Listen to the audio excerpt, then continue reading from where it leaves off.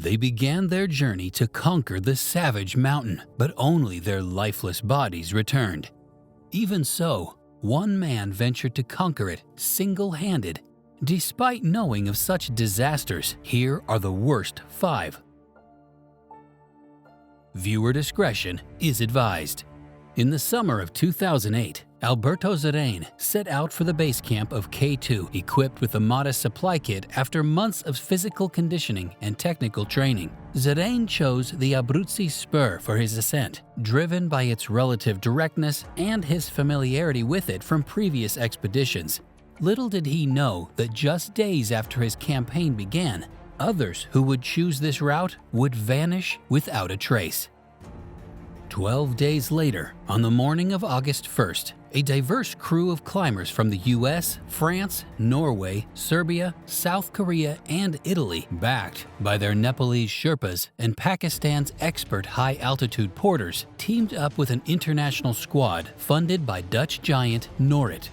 Big names like Erik Meijer, Frederik Strang, Chris Klinke, and Cecilie Skog were all in, ready to take on the brutal challenge of the world's second highest peak. The night before, preparations commenced under the stars, with fixed lines positioned to aid the climber's ascent. Complications arose early when Shaheen Beg, an experienced high-altitude porter, was forced to descend due to symptoms of high-altitude sickness. This marked the beginning of a series of misfortunes. By 3:00 a.m., the climbers embarked on their journey upwards, only to discover critical errors in the rope placement. Essential equipment was also missing at the most crucial segment, causing significant delays as climbers had to improvise by relocating ropes from lower sections. This setback led Erik Meijer and Frederik Strang to abandon their ascent, prioritizing safety over summit success.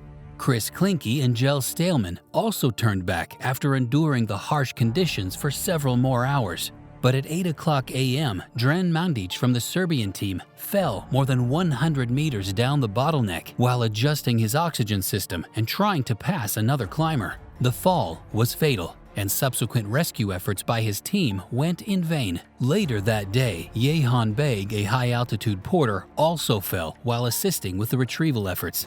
The descent was fraught with danger, especially when a serac, an unstable ice pinnacle, fell at about 8:30 p.m. and severed the fixed lines, leading to the death of Rolf Bay, who was nearly at the summit. Afterwards, his wife, Cecilie Skog, and Lars Flatonessa, who had summited 2 hours after this initial serac fall, faced a perilous descent in complete darkness without the aid of fixed lines. Luckily, Cecilie made it back safe, and later on she went on to author a book to document the whole event. The French climber Hugh Dobarret was last seen alive late on August 1st, just above the bottleneck.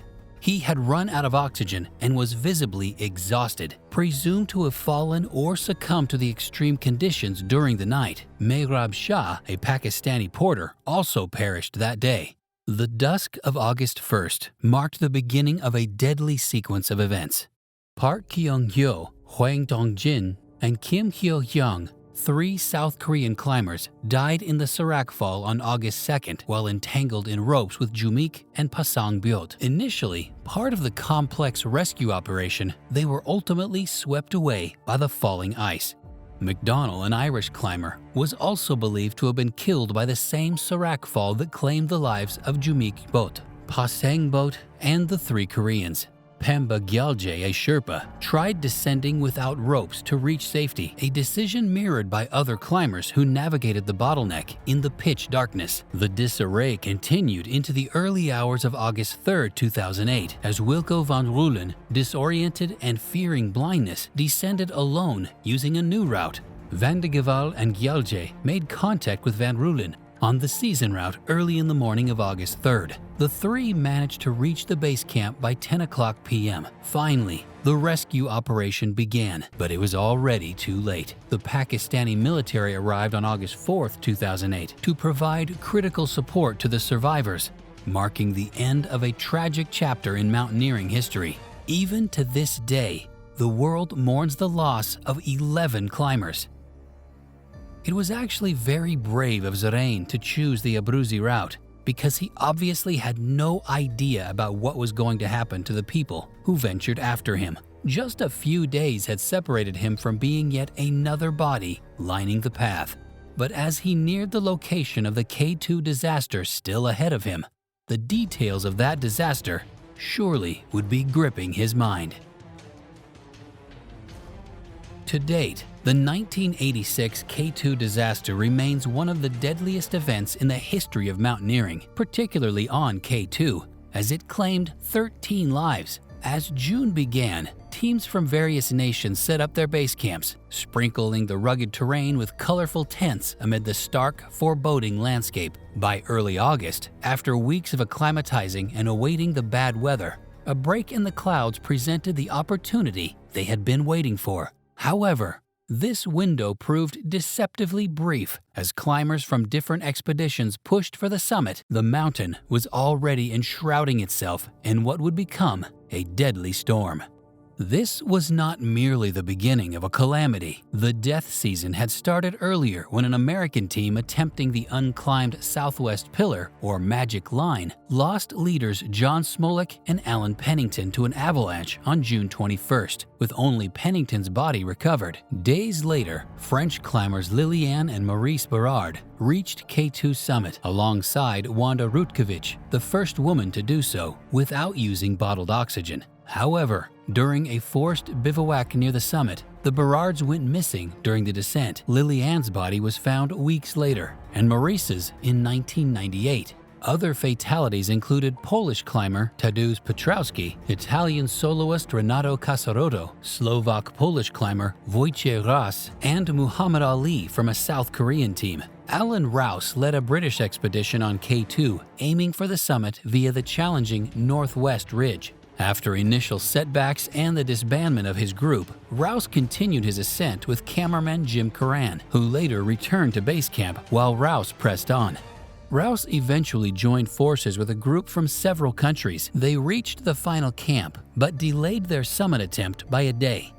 Despite adverse weather, Rouse, accompanied briefly by Dobroslawa Miodowicz-Wolf and later by Austrians Will Bauer and Alfred Imitzer, succeeded in reaching the summit on August 4th, becoming the first Englishman to do so. The descent was treacherous.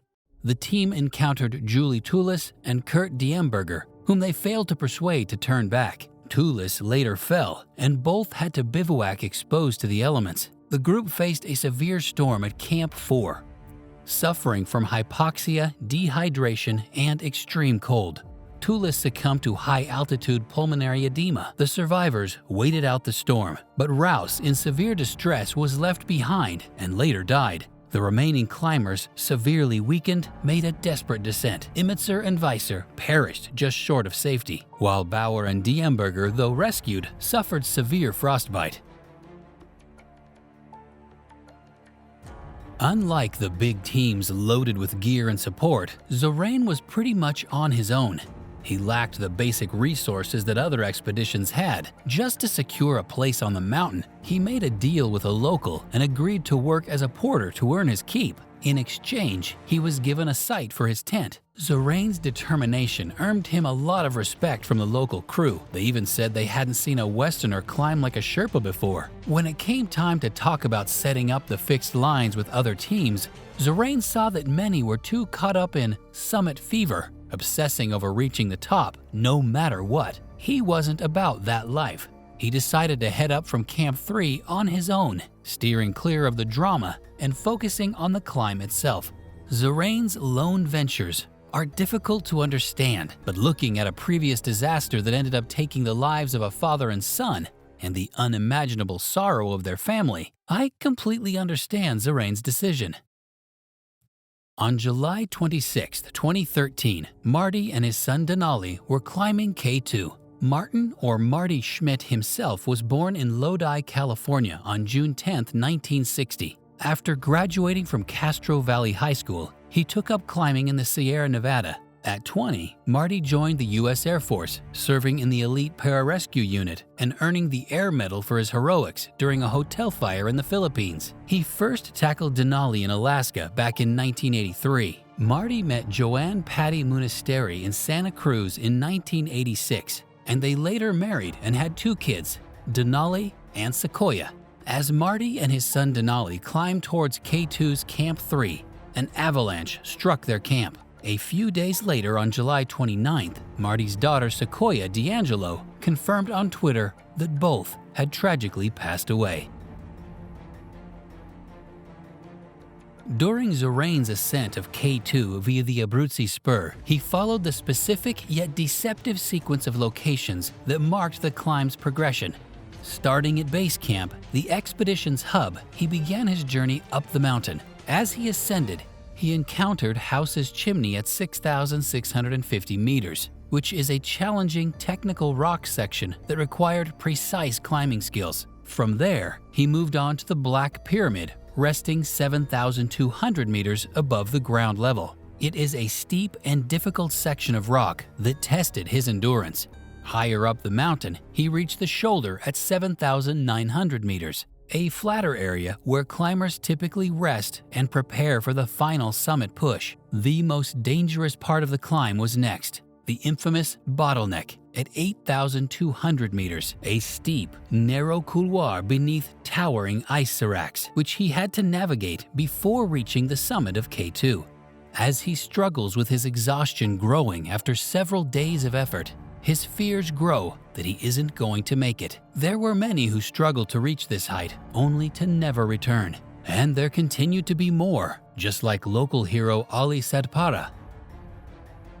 On February 5, 2021, Ali Sadpara tragically disappeared during his winter attempt to reach the top of K2. Alongside John Snorri from Iceland and Juan Pablo Moore from Chile, they were near the bottleneck when a tragedy unfolded. Despite a massive search effort involving helicopters and rescue teams, the harsh weather on February 5, 2021 made the search next to impossible. They couldn't find them, and on February 18, 2021, they had to face the tough call of declaring them dead.